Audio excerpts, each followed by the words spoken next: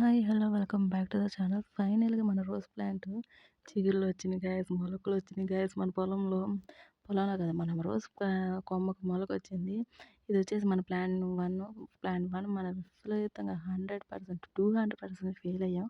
కానీ plan B మనని half success ఇచ్చిందనమాట plan B మనకి. సో, మనం ఏం చేసామంటే, ఈ ప్లాంట్ ఉంది గదా! రోజ్ ప్లాంట్, వాటిలో మరీ ముదురుగా గాకుండా, మరీ లేతవి గాకుండా, కొంచెం మీడియంగా ఉండే కొమ్మలను కట్ చేసేసాం గదా! ఆ కట్ చేసినవి వాటర్‌లో పెట్టాను. నేను పెట్టి ఒక 1 ½ మంత్ అయ్యింది గైస్.